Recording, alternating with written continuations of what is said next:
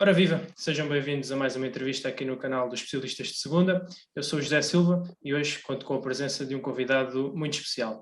Carlos Pinto, treinador de 48 anos, tem um vasto currículo nesta segunda Liga Portuguesa, nomeadamente nestes últimos anos da competição, e é hoje nosso convidado. Mister, bem-vindo, obrigado por ter aceitado o convite, é um prazer enorme tê-lo aqui. O prazer é meu, muito obrigado pelo convite. Segundo sei, esta é uma das primeiras vezes que aparece em público desde a sua saída da União Desportiva Vilafranquense. De facto, já lá vamos falar um pouco melhor sobre o que se passou no clube e tudo mais, mas para já sei que admitiu fazer uma pausa desses tempos do futebol. Gostaria de saber o que tem feito dentro do que nos pode contar destes últimos tempos. Sim, uma pausa. Tenho aproveitado um bocadinho a família, até porque o futebol tira-nos muito. E esta parte da família, eu lembro sempre uma frase de uma pessoa que eu gosto muito, do Quinito, em relação ao filho dele e o tempo que ele perdeu e não teve a oportunidade de ver o filho praticamente a crescer. Nós no futebol perdemos um bocadinho desse prazer da vida. Felizmente, todos os clubes que eu fui, levei sempre um ou outro filho, mas eu tenho quatro, esta é a realidade, tenho que estar disponível para os quatro, e tenho aproveitado ao máximo os meus filhos. Tenho agora um no infantário, tenho mais uma menina na escola, outra já a trabalhar, ou neste caso mais dois a trabalhar, e obviamente este tempo que eu tenho passado por eles tem sido muito proveitoso. Depois, fazer aquilo que eu costumo fazer quando estou fora do futebol. Defino claramente os projetos que eu quero para o futuro, defino claramente as equipas que me interessam para o futuro. Felizmente nós hoje temos o Instat, temos o iScout, e aí faço muita observação. Não gosto muito de ir ao campo, até por uma questão de respeito para os meus colegas, apesar de, na minha opinião, não ter nada a ver. Obviamente nós temos que ver muitas vezes jogos ao vivo, mas quando são clubes que estão ali em alguma dificuldade ou que os treinadores passam por alguma dificuldade, nunca gosto de ir ao campo. Aliás, posso dizer, desde que saí de Vilafranquense fui ver 2 jogos, foi ver um do Boa Vista, a convite de um amigo meu, o preparador físico, e foi ver um do Porto. Foram os 2 jogos que eu fui ver, não fui ver mais. Agora, obviamente, que devoro a televisão e devoro a internet, e como eu disse há bocado, o Instat, para fazer muita observação dos jogos. Aliás, porque, como eu disse há bocado, mesmo quando eu fui para o Famalicão, na altura, era uma das equipas que eu também já tinha estudado, e obviamente quando eu entro numa equipa já vou com uma ideia, já vou com um modelo de jogo praticamente, com o sistema que eu quero.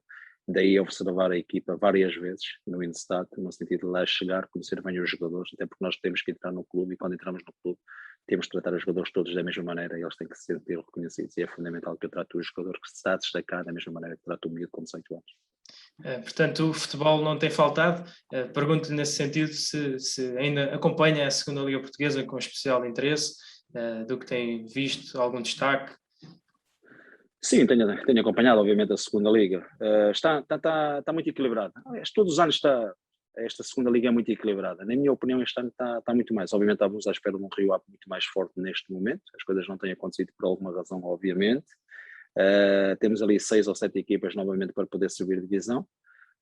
Mas este ano, curiosamente, ninguém se está a destacar, ninguém se está a distanciar. Aliás, é a única equipa que está a distanciar é o Benfica B, mas não entra nas contas para a subida da divisão, nem para a descida da divisão. Para a descida da divisão pode ser, como é óbvio, mas para a subida da divisão, nós temos ali várias equipas que podem subir de divisão, mas neste momento hoje o primeiro pode perder com muita facilidade com o último, e este ano está a acontecer com muito mais facilidade. Aliás, se formos reparar, tínhamos há dias o Viseu praticamente perto da linha de descida, neste momento está perto da subida de divisão, a 2 pontos, com 2 ou 3 vitórias. E 2 ou 3 vitórias numa segunda liga catapulta logo rapidamente a equipa para um patamar completamente diferente. Sim, efetivamente esta segunda liga tem evoluído a olhos vistos. O Mister passou efetivamente muitos anos nesta competição e os anos recentes, onde se calhar tem havido maior crescimento da própria prova. Do que tem notado, onde é que tem havido maior evolução? É nas estruturas dos clubes ou é da própria competição em si? A própria competição, mas eu continuo a pensar que neste momento, dado o futebol estar a evoluir, nós hoje temos muito assados. A realidade é que temos muito assados. E se formos reparar, quando um assado contrata um treinador, uma das primeiras coisas que diz é que quer um futebol ofensivo. Não, todas elas querem ganhar. Todas elas querem ganhar, e se não ganhar é um problema. Esta é que é a realidade. Eu acho que hoje os treinadores estão muito mais pressionados para ter resultados do que antes. Na minha opinião, a qualidade baixou. A qualidade baixou esta época, está a baixar com o tempo.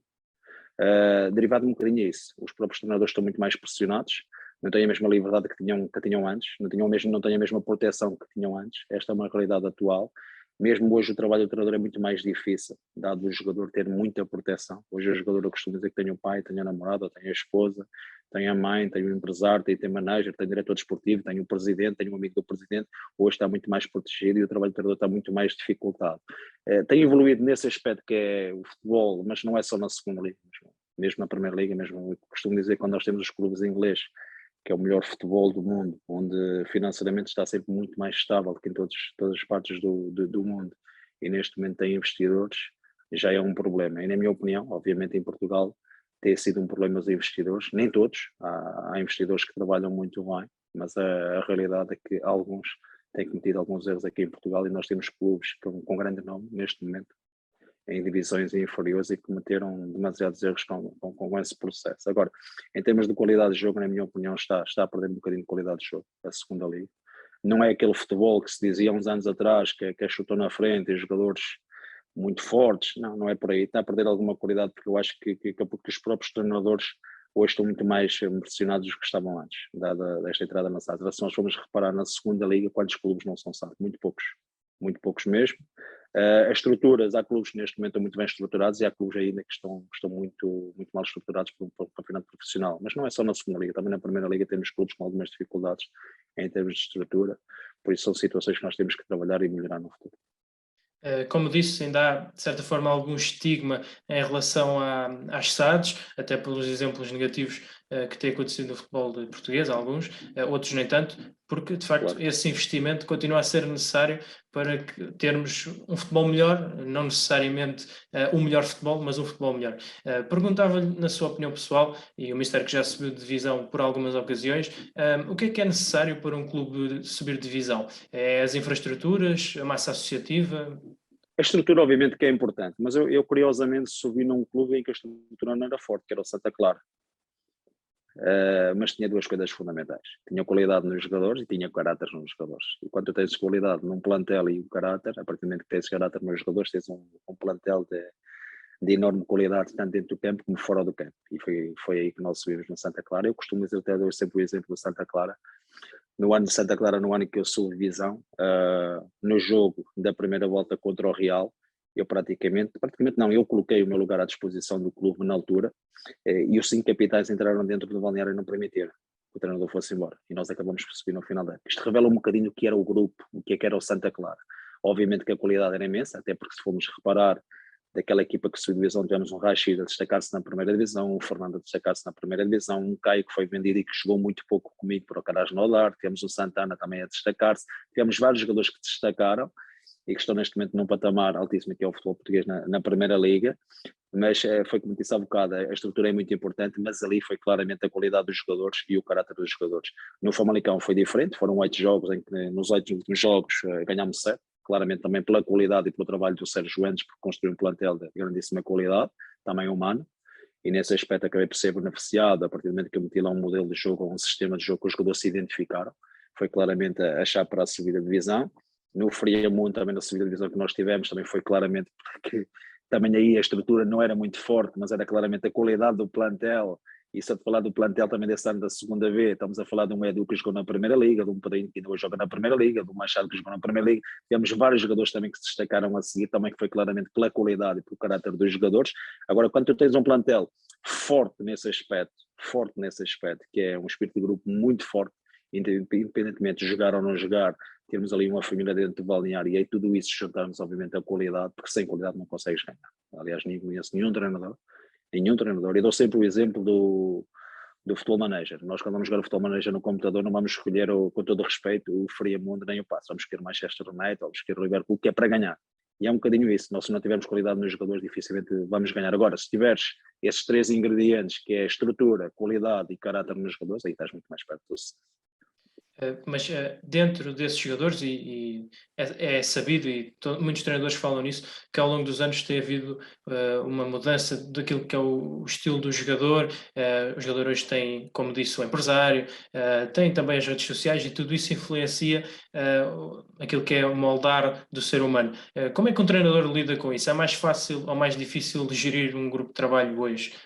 é mais difícil, mas nós temos que nos adaptar. Eu acho que o treinador que tem sucesso é aquele que se adapta. Aliás, é uma das coisas que eu tenho dificuldade e tive dificuldade e continuo a ter alguma dificuldade, que é para me adaptar. Tenho que me adaptar rapidamente ao futebol atual, porque isto está a mudar, isto mudou com muita facilidade. Nós temos que nos adaptar, temos que perceber que os jogadores hoje, a educação não é a mesma que era há 10 anos. Ainda hoje ou ontem vi uma entrevista do Guardiola que dizia isso, que os jogadores não estão preparados para uma dura, não estão preparados para uma reprimenda do próprio treinador. Sentem-se logo claramente, parece que o treinador está a fazer bullying sobre o jogador, quando isso era uma coisa completamente normal há uns anos atrás. Eu lembro que os treinadores que eu tive eram duríssimos comigo e nós crescemos e evoluímos com isso, e isso é uma coisa normal. Hoje praticamente já não existe. Os próprios diretores, os próprios presidentes já protegem mais os jogadores quando isso acontece do que o próprio treinador. Obviamente isso dificultou muito o trabalho do treinador com personalidade, com caráter. É um treinador de mão firme, como eu costumo dizer. Eu dou sempre o exemplo do José Mourinho, pode estar equivocado nesse aspecto, mas é o que eu penso. A partir do momento em que o futebol começou a evoluir, o José Mourinho não se conseguiu adaptar. Porquê? Porque o José Mourinho, quando começou como treinador, era mão firme e a direção acompanhava. Hoje o José Mourinho, se for mão firme, a direção já não vai acompanhar, ele não vai ter sucesso. E cada vez mais nós temos esse problema no futebol. Por isso é que nós temos que nos adaptar rapidamente, perceber, temos que arranjar estratégias, porque o treinador vive disso mesmo, que é adaptação e estratégia, que é para ter sucesso, porque senão não conseguimos ter sucesso no futebol. Ainda dentro dessas estratégias e na abordagem que faz aos jogadores, quando contrata, por exemplo, um jogador com grande experiência de Primeira Liga, é fácil passar-lhe a mensagem do objetivo da equipa que está agora na Segunda Liga? É fácil com que ele entre no espírito do objetivo sem perder aquele estigma de descer de um patamar, no fundo? Depende da personalidade. Eu posso dar 2 exemplos. Por exemplo, eu este ano tive o Filipe Melo, que passou vários anos na Primeira Liga. O ano passado tive o Gonçalo Santos também, no Vila Franquense. 2 homens como eu disse há bocado, eu valorizo muito, de grande caráter, e é uma questão simples. Eu costumo dizer a esses jogadores, e uma das coisas que eu digo sempre dentro do meu plantel é que todos os jogadores acima dos 30 anos têm que ser um exemplo, senão não os vão buscar ao mercado. Até porque um jogador com 30 anos já tem 12 anos como profissional, já não pode cometer erros, não pode cometer erros de miúdos que ficam amoados, chateados porque não jogam, vão para a bancada, ou por esta ou por aquela razão. Eles são claramente o exemplo dentro do balneário. Essa foi sempre uma das minhas preocupações. Obviamente não acertei sempre.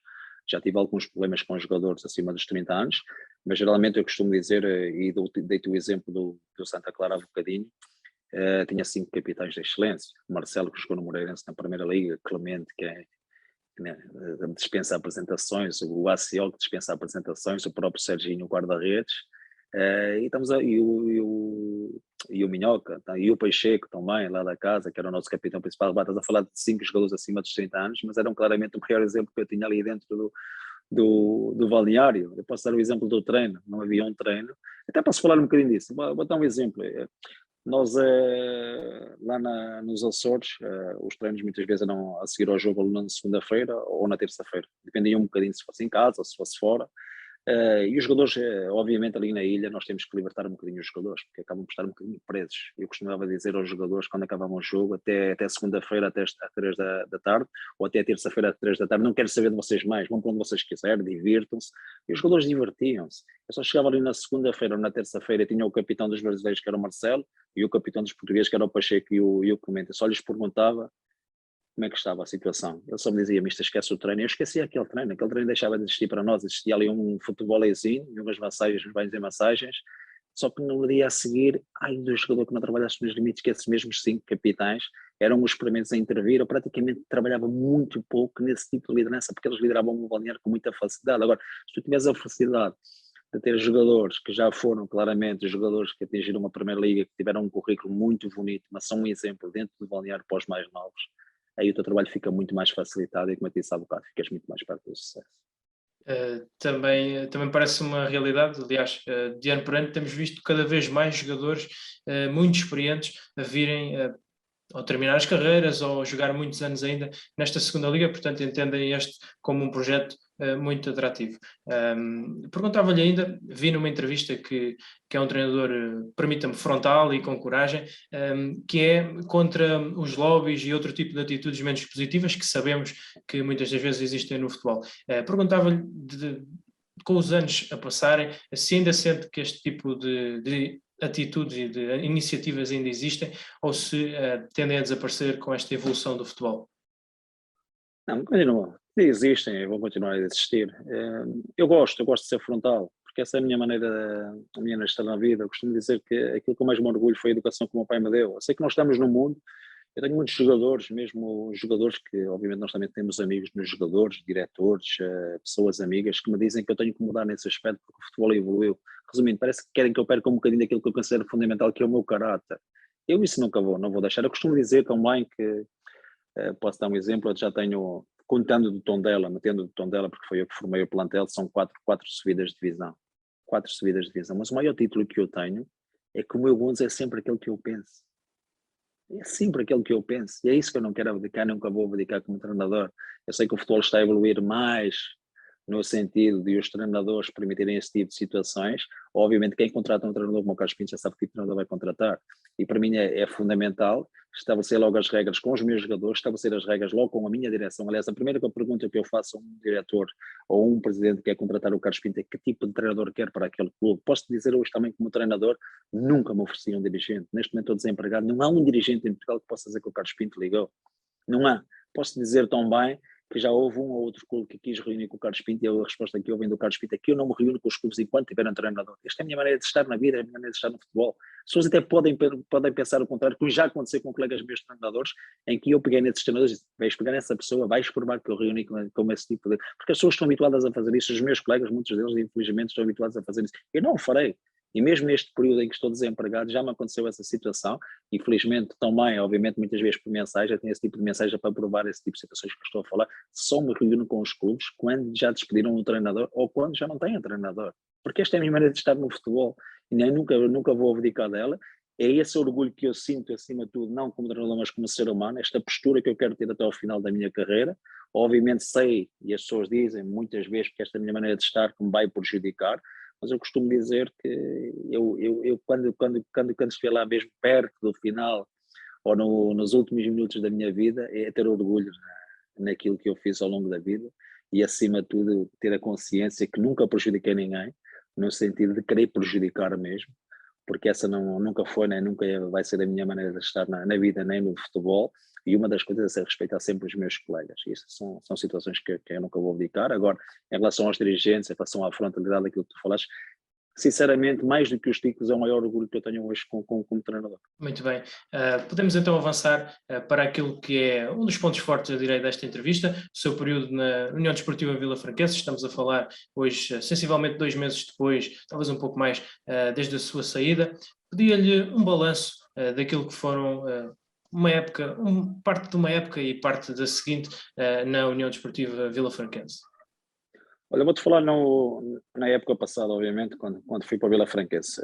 Foi uma opção que eu tomei, hesitei muito. Não te vou esconder que hesitei muito. Era um projeto de ano e meio, isto é, salvar o Vila Franquense da subida divisão, da descida divisão, e no ano a seguir apostar forte na subida divisão, mas em relação à não descida divisão, foi claramente péssimo, péssimo. Em termos de resultados, eu próprio disse uma vez ao presidente que estava farto de perder, estava cansado já de perder, estava habituado a ganhar, obviamente que não é fácil. Houve muitos momentos no banco que eu me sentia impotente, mas também te posso dizer, e eu não gosto de esconder estas coisas, como disse há bocado, sempre com frontalidade, foi lá por uma questão financeira, era muito dinheiro, não vou esconder que fui ganhar muito dinheiro para o Vila Franquense. Aliás, muita gente condenou a minha ida para o Vila Franquense, muita gente, eu próprio também, com o passar do tempo, disse para mim mesmo onde eu me fui meter, o que é que eu fui fazer. Obviamente, não pelas pessoas, não pelo clube, porque as pessoas sempre me trataram muito bem, o clube claramente também sempre me tratou muito bem, nada a apontar em relação ao Vila Franquense, mas claramente em relação ao projeto do Carlos Pinto, aquilo que eu queria para a minha carreira. Foi claramente um passo em falso. Nós, como treinadores, também temos muito esse vício. O próprio Vítor Pereira também já disse isso numa entrevista quando foi à Alemanha. Nós pensamos que conseguimos tudo. Nós pensamos que a qualidade que nós temos, com a personalidade que nós temos, conseguimos chegar aos clubes e resolver os problemas. É um erro, e foi um erro que eu cometi, não consegui. Felizmente o Vila Franquense na Secretaria conseguiu ficar na segunda Liga. Nesta nova época, já o disse isso também, penso numa rádio, eu tinha tomado a opção de sair antes do campeonato começar. Foi uma decisão que eu tinha tomado, juntamente com a minha equipa técnica, que me pediu um bocadinho de calma. Nós também, repara, eu como treinador, quando levo 3 ou 4 elementos comigo na equipa técnica, também estou a tratar 4 famílias. São 4 famílias que eu levo comigo, 4 famílias também saem fora de casa, saem perto das suas famílias, e obviamente em termos financeiros também acaba por castrar alguns deles, e numa fase inicial isso não aconteceu, não me acompanharam, pediram para ter calma. A partir do momento que eu senti da parte deles o motivo também, motivados também no sentido de sair, posso dizer, e não tenho problemas também em dizer, que só recebi o que trabalhei, não recebi nem mais um cento. Nem mais um cento, porque fui sempre muito bem tratado pelo clube, e se foi muito bem tratado pelo clube, também devo tratar muito bem o clube, porque essa é a minha maneira de estar. Aliás, mesmo na maior parte dos clubes que eu saí, sempre foi assim. Aliás, poucos são aqueles clubes que me trataram bem e eu não tratei bem o clube, obviamente. Em relação ao Vila Franquense, era uma situação já que se estava a arrastar, e a partir do momento que eu senti da parte dos adjuntos que me disse há bocado, e a partir do momento que eu senti da parte da direção que não havia uma equipa para subir divisão, e senti que poderia ser mais uma época a lutar para não subir divisão, senti que não era bom para mim. Eu próprio também já não estava motivado, e era fundamental sair dali, não enganar as pessoas, daí ter conversado com o investidor que veio do Brasil e ser correto, frontal, no sentido de sair da Vila Franquense. A partir do momento que me pediram para fazer o jogo do Covilhã, também acedi a fazer o jogo do Covilhã e a seguir ao jogo do Covilhã saí. Portanto, depreendo das suas palavras que o objetivo que tinha sido traçado quando da sua contratação, de numa época e meia, 2 épocas, lutar pela subida, não correspondeu depois em, digamos, condições para que esse trabalho fosse efetivado. Não correspondeu, nem em termos de condições de trabalho, nem em termos de equipa. Aliás, se reparares, mesmo em termos de contratações, ficámos um bocadinho condicionados. Eu fui para o primeiro jogo para a Taça da Liga com o Arauca muito condicionado, mesmo nos jogos da Taça Portugal, do campeonato, também estava muito condicionado, e nós esperámos ali um bocadinho no sentido daquilo evoluir, no sentido de contratarmos jogadores. Eu posso dizer também, por exemplo, hoje o Vila Franquense dá jogadores depois de eu sair, um ou outro, em que já eram jogadores que nós tínhamos referenciados, mas nós esperamos mesmo até ao final do mercado, a ver se o mercado nos oferecia algo melhor. A verdade é que com o passar do tempo o mercado não nos ofereceu, e eu senti claramente que já não havia condições, nem aquelas condições que eu queria para lutar para subir divisão, estavam presentes. A partir do momento que não estavam presentes, a partir do momento que a equipa técnica me apoiava na minha decisão, senti-me confortável para sair do Vila Franquense. Olhando para a decisão já falou, administrativamente o Vila Franquense no campo não ficou na divisão, mas depois administrativamente acabou por ficar. A decisão, se calhar, veio um pouco tarde, acabou por, como disse, teve problemas na construção do plantel, portanto, talvez tenha sido a ressaca ainda dessa decisão. Acha que a decisão da Liga Portugal deveria ter sido mais célere, no sentido de salvaguardar os interesses do Vila Franquense para a nova temporada? Deve ser, eu acho que elas devem ser muito mais células. Eu acho que o futebol melhorou nesse aspecto, mesmo na proteção ao treinador, mesmo na proteção aos jogadores. Hoje o futebol melhorou, mas ainda pode melhorar mais um bocadinho. Aliás, eu costumo dizer, repara, hoje os comprovativos dos clubes para fazer o pagamento, para dar essa referência à Liga, continua a ser um papel assinado pelos jogadores. Não, tem claramente de ser, e uma das coisas que eu também já falei, tive a oportunidade de falar isso com um elemento da Liga. Acho que a transferência bancária protege muito mais o jogador, protege mais os intervenientes do futebol do que uma simples assinatura, até porque tu podes ser claramente condicionado para assinar, e se não assinares ficas marcado no clube. Eu já vi jogadores a serem marcados no clube porque não assinaram esse documento, porque isso acontece com muita frequência. Há alguns clubes que não pagam e os jogadores assinam o documento e depois acabam por não receber os ordenados, obviamente, mas melhorou muito aí já nesse aspecto, mas acho que ainda pode melhorar mais um bocadinho, e nesse aspecto da transferência bancária acho que protegia muito mais os jogadores e os treinadores e quem anda à volta do futebol, no sentido de tornar o futebol muito mais puro, mais leal, mais verdadeiro, porque estamos muitas vezes a falar de clubes que investem muito dinheiro, mas a realidade é que não o pagam, e a partir do momento que não pagam os ordenados é que estão claramente a competir com deslealdade com os clubes que são cumpridores, e nós temos felizmente hoje no futebol português. Eu posso falar pela segunda liga e posso falar, por exemplo, do Vila Franquense, era um clube cumpridor, nunca falhou, ao dia 8 tínhamos o dinheiro na conta bancária, como posso falar dos Chaves, como posso falar de outros clubes que eu tive, felizmente, mas há alguns clubes que ainda passam por algumas dificuldades e os jogadores não são protegidos. Falou-me há pouco das dificuldades que foram, na época passada, ficar alguns jogos sem conseguir ganhar, por exemplo. Quando chegou, a equipa já estava numa situação algo periclitante, creio que 10 jogos sem ganhar. Como é que se motiva um balneário desses à chegada? Quais são os objetivos que se propõem aos jogadores? Ora, a primeira preocupação é perceber um bocadinho da parte dos jogadores, que é uma das perguntas que eu faço sempre aos jogadores. Não é uma crítica ao anterior treinador, mas é perceber onde é que eles não se identificavam com o antigo treinador. É importante perceber logo esse primeiro momento. Depois, obviamente, fazer uma análise, e nós fazemos, e posso dizer, como disse há bocado, uma das coisas que eu faço é sempre análise aquelas equipas que eu penso claramente em treinar. Nunca pensei em treinar o Vila Franquense, resumindo, acabei por chegar lá e ter começado a trabalhar as situações do Vila Franquense, mesmo no Instat, na Scout, em relação ao conhecimento dos jogadores, muito mais tarde que se fosse num clube que eu tinha definido, obviamente. Depois, também te vou ser sincero, não estava à espera daquelas condições de trabalho. Sabia que o clube tinha algumas dificuldades, mas não é fácil treinar num campo com poucas condições e jogar para outro campo, que é o caso do Rio Maior, mesmo em termos de estrutura, há algumas situações que é muito pouco profissional, mas está obviamente a crescer e está a melhorar, e acredito que vai ficar melhor, como há muitos clubes da segunda liga. Mas em relação ao plantel, eu tinha um conhecimento de muitos jogadores do plantel, mas sabes, é uma coisa que já me aconteceu várias vezes. Nós muitas vezes vamos ver jogos e gostamos muito de um jogador, e a partir do momento que esse jogador trabalha comigo, já não gosto tanto. E acontece exatamente o contrário, isto é, vou ver muitas vezes jogos. Eu posso dar o exemplo de uma dupla de centrais que eu tive, que eu adorei trabalhar, e quando ia ver estes jogos dessa equipa detestava, que era o Luís Pedro e o Luís Rocha no Friamonte. Eram dois centrais que eu não gostava, eu próprio dizia, estes dois jogadores não jogam comigo, e a partir do momento que comecei a trabalhar com eles, adorei os dois. E isto acontece com muita frequência. E o Vila Franquense foi um bocado isso. Tinha lá alguns jogadores que eu conhecia, ou a maior parte eu conhecia, mas em relação à minha ideia de jogo, ao meu sistema de jogo, tiveram uma dificuldade. E, aliás, é uma das situações que muitas vezes acontece, quando os jogadores têm alguma dificuldade para assimilar aquilo que tu pretendes, em termos de sistema de jogo, em termos de ideia de jogo, em termos de nuances, é mais complicado. Foi a sorte que eu tive exatamente, por exemplo, no Famalicão. Quando eu cheguei ao Famalicão, os jogadores gostaram daquela ideia de jogo, gostaram daquele sistema de jogo, os próprios jogadores soltaram-se com muita facilidade com aquela ideia de jogo. E aí acabei por ser mais feliz. No Vila Franquense, curiosamente, e também já disse isso, provavelmente utilizei para aí uns 3 ou 4 sistemas.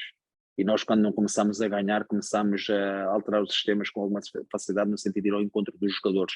Eu adoro o 4-4-2, sempre fui apaixonado pelo 4-4-2, e no Vila Franquense praticamente só fiz 2 jogos no 4-4-2, porque os jogadores não percebiam aquela ideia de jogo, as nuances que nós tentamos implementar, e obviamente isto torna muito mais difícil o nosso trabalho. Mas quero dizer que em termos de plantel e em termos de caráter do plantel, também foi dos melhores plantéis que eu tive. É uma coisa fantástica. Nós descemos divisão, e eu lembro que nós descemos divisão em Vizela, e praticamente nós choramos abraçados uns aos outros, porque nós sentimos que merecíamos algo diferente, pelo espírito que nós criámos ali. E para mim, felizmente, nesse aspecto, o Vila Franquense foi uma bela surpresa, e aquele plantel foi uma bela surpresa, porque nesse aspecto foi um prazer trabalhar com aqueles jogadores, obviamente com todas as dificuldades que eu te apresentei. Desse pouco tempo que teve para trabalhar, porque foram uns jogos atrás dos outros, teve que dar então o seu cunho pessoal, mas em pequenas doses. Vamos lá. Parece-me que a equipa no final, já mais no final da época, quando já levava alguns jogos com o Mista, estava talvez um pouco mais envolvida, no ataque também era um pouco mais prática, não havia tantos, não direi Rodriguinhos, mas era um pouco mais objetiva na frente, e sentia a equipa exatamente um pouco mais intensa e mais ligada ao jogo. Era essa a sua ideia ou ainda não estava no auge que pretendia? Estava muito melhor. Eu acho que aquele sistema que nós utilizamos na parte final foi o sistema que eles mais se identificaram, que foi o 3-5-2, em que nós tínhamos o Jefferson, o Nuno e o Cadi no meio, 2 avançados e uma linha de 5 com 2 laterais praticamente a projetar. Foi claramente a ideia que eles mais se identificaram, mas foi o último sistema que nós utilizamos, curiosamente. Se nós temos utilizado aquele sistema, nós grupo, conversamos sobre isso, nós temos utilizado aquele sistema desde o primeiro dia. O Vila Franquense não tinha descido divisão, tinha feito um bom campeonato naquela fase. A realidade é que nós só descobrimos aquele sistema na parte final do campeonato, e foi esse sistema que eles mais gostaram, os próprios treinadores adversários, e posso dar o exemplo do Miguel Leal, que ficou fascinado com o Vila Franquense, diz que foi a melhor equipa que defrontou na altura na segunda liga, e a realidade é que nós com o Cova da Piedade empatámos 0-0 em casa, mas fizemos um belíssimo jogo. E a partir do momento que nós evoluímos para aquele sistema, foi claramente onde os jogadores se identificaram, onde os jogadores se soltaram e onde nós sentimos que a qualquer momento podíamos ganhar o jogo. Foi naquele momento que nós sentíamos isso, até porque antes aquilo que nós sentíamos no banco era uma impotência total, no sentido de trabalhar para inverter a situação, porque essa foi sempre a nossa preocupação, porque nós, quando entramos nesses projetos, as coisas não correm bem, nós temos que trabalhar no sentido de inverter a situação, mas infelizmente o sentimento que nós tivemos, quando digo nós, é a equipa técnica e os jogadores, é que aquele sistema que nós utilizamos no final era aquele sistema que nós temos utilizado desde o início, iríamos ter sucesso, até porque, como eu disse há bocado, os jogadores identificavam-se muito bem com aquele sistema e tinham um prazer de jogar naquele sistema. Falou aí num jogador que me parece, pelo menos na minha opinião, que era um jogador-chave nesse modelo, que era o Jefferson. Portanto, naquele meio campo ele não limpava tudo, mas quase. Era um jogador muito bem posicionado e que tinha um tempo de corte muito bom também. Acho que era um desses jogadores que poderia realmente ter dado outro salto se tivesse, se calhar, um pouco mais sorte na carreira, não é? Sim, tens o Jefferson. O Jefferson, por exemplo, é um caso especial, repara. No meu 4-4-2, um jogador como o Jefferson tem dificuldades. Porque mas com o 4-4-2 tem que ter dois box-to-box com qualidade de jogo curto e longo. O Jefferson tinha essa dificuldade.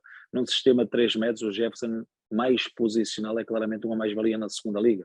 Mas eu destacava um jogador no Vila Franquense que eu gostei muito, tive pena do clube não ficar com ele, que foi o Cadi, que hoje está, curiosamente, a jogar já na Liga Europa, num clube do Azerbaijão. Acho que é o campeão do Azerbaijão, e tem-se destacado, tem feito gols. É um jogador com 24 anos, um menino brasileiro que foi destaque logo nas camadas jovens no Brasil, mas por esta ou por aquela razão, com o passar dos anos, acabou por se perder um bocadinho, mas é um miúdo que tem um potencial, e eu acredito que claramente, com o passar do tempo, vai atingir ainda muito mais daquilo que atingiu até o momento. Mas foi como eu disse há bocado, o Jefferson destacou-se, o Mukadi também se destacou, mas a partir do momento que os jogadores gostam da ideia, gostam do sistema, se identificam com ele, tudo se torna mais fácil. Obviamente que o Jefferson, sendo um jogador mais posicional e sendo inteligente, porque ele tinha muita inteligência na ocupação dos espaços que nós pretendíamos, nas nuances que nós criávamos, né? Mesmo naquela situação, muitas vezes, de saltar mais alto ou mais baixo, ou encaixar na linha de 5, o Jefferson fazia isso com muito mais facilidade, fazia com facilidade. É um jogador que, obviamente, em termos técnicos, tem alguma dificuldade, por isso é que, na minha opinião, não atingiu ainda um patamar alto no futebol português, ou uma Primeira Liga, e manter-se ali numa Primeira Liga vários anos, esteve lá na Primeira Liga, mas não se manteve vários anos, por causa desse déficit em termos de qualidade técnica. E se tu reparares hoje, a qualidade técnica é muito importante, obviamente que o mais importante, na minha opinião, e continua a ser, num jogador, é a inteligência e a perceber o jogo. Eu costumo dizer que quando um jogador joga com GPS, está tudo dito. Sem querer tornar esta conversa muito individualizada nos jogadores do Vila Franquense, falo-lhe apenas em mais um caso, que é o do Diogo Pinto, que é realmente hoje uma das estrelas da Liga SAPSEC e que foi treinado por si. Estranha este rendimento do Diogo, ou já se previa que ele fosse este jogador que é hoje? O Diogo, não te vou dizer que estava à espera do Diogo a explodir neste momento no Estrela Amadora, não posso dizer isso. Aquilo que eu te posso dizer do Diogo, como jogador, foi um jogador que, mal eu cheguei, o Diogo jogou logo como titular. Depois teve ali um problema de lesões e depois acabou por não jogar aquele final da época porque ele partiu o pulso. E como era um jogador emprestado por um clube italiano, chegou-se à conclusão que enquanto ele tivesse aquele problema no pulso não jogava mais, por isso é que o Diogo não jogou mais no Vila Franquense. Agora, em termos daquilo que eu vi quando trabalhei o Diogo no Vila Franquense, é um jogador que tem um potencial, até porque eu acho que qualquer jogador que joga no Porto, Benfica ou Sporting, numas camadas jovens, muitas vezes até se podem perder alguns anos, mas vai haver um ano ou outro em que eles vão lá chegar, porque basta mudar um bocadinho a questão mental. O Diogo, nesse aspecto, em termos de questão mental, é um miúdo muito educado, é um miúdo muito disciplinado, é um miúdo muito trabalhador, é um miúdo ambicioso. Acho que precisa de melhorar ali um aspecto que é claramente perceber mais um bocadinho o jogo e os momentos. O Diogo ainda tem a dificuldade de perceber os momentos, mas também não podemos pedir a um jogador com 20 ou 21 anos ou 22 anos que já perceba o jogo dessa maneira, obviamente. Agora, o Diogo tem o mais importante do futebol, aliás, é uma das coisas que eu costumo dizer quando falo com algum colega em relação a algum jogador e me diz que o jogador é problemático, ou o jogador... a minha primeira preocupação é se o jogador tem qualidade. Se tiver qualidade, as outras situações nós conseguimos trabalhar, e eu consigo trabalhar, porque a qualidade é que é difícil dar. E o Diogo tem essa vantagem que é a qualidade de jogo, acima da média, e obviamente se fores reparar mesmo em termos de camadas jovens, e mesmo quando foi a Itália, o Diogo destacou-se, mas acabou por ser muito pouco constante. Neste momento, felizmente para ele, está a jogar, está a ser constante e está-se a destacar. E acima de tudo, merece, porque é um bom menino. Muito bem, avançamos para falar de outro dos casos que marcou, se calhar, a sua passagem pelo Vila Franquense. Recordar-se-á o caso de Rodrigo Rodrigues, onde a equipa, o jogador, terá sido alegadamente irregularmente utilizado. O Mister é, se calhar, a pessoa mais viabilizada para nos falar sobre o que realmente se passou. Há quem diga que a culpa foi do clube, outros dizem que a culpa foi da plataforma. O que é que realmente se passou nesse dia, nesse jogo frente à Académica?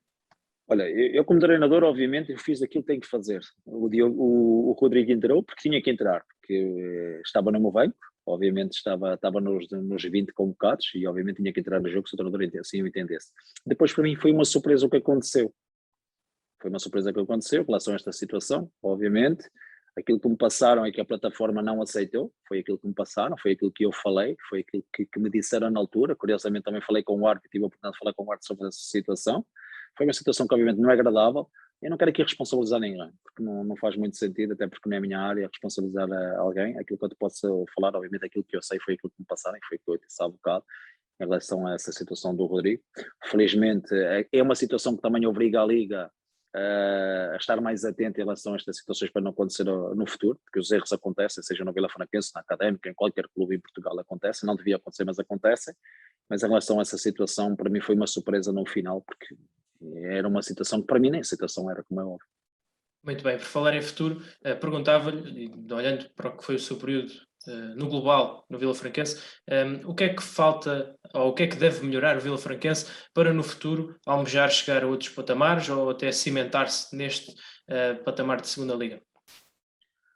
O Vila Franquense tem um investidor que está preocupado claramente em que o clube cresça, mas estás a falar neste momento de um clube que tem um campo que é o Cevadeiro, que não tem as condições para um clube profissional, estás a falar de um clube em que os jogadores se equipam em contentores ainda, obviamente qualquer jogador que chega ao Cevadeiro ou ao Vila Franca não é agradável, estamos a falar de um clube ainda que se está a profissionalizar porque vem de uma realidade ainda amadora, mas o mais importante, e eu costumo dizer, e disse também na altura do Santa Clara, e o Santa Clara hoje está muito melhor, mas mesmo assim ainda acho que ainda continua a poder melhorar, que ainda continua com um ou outro erro do passado, mas em relação ao Vila Franquense o mais importante tem, que é um investidor que quer investir no sentido do clube evoluir, do clube crescer, e obviamente eu espero que o clube cresça, até porque, como disse há bocado, o investidor foi uma pessoa que eu me dei muito bem, tive uma boa relação, e continuo a ter uma boa relação, e a partir do momento que eu sou bem tratado, como eu costumo dizer, espero que obviamente o clube vá nesse sentido, no sentido de crescer, evoluir e ter sucesso.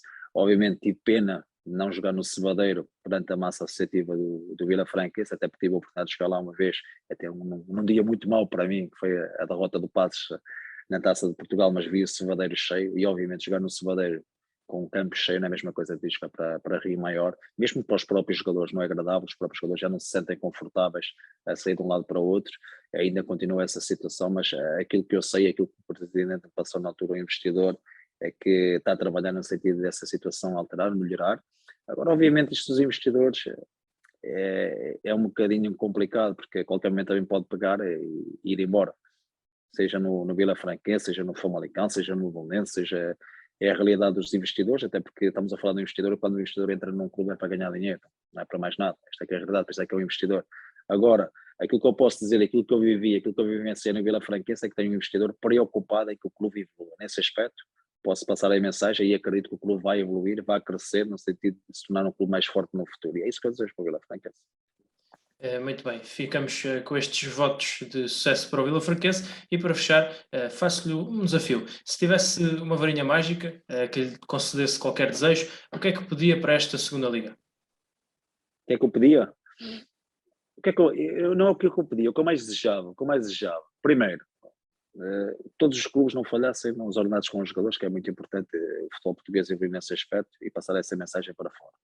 Segundo, os clubes melhorarem claramente, eu acho que também a Liga tem que apoiar muito mais os clubes nesse aspecto, há clubes que claramente precisam melhorar as estruturas, quando falamos da Vila Franquense, há vários clubes na segunda Liga que claramente precisam melhorar nesse aspecto.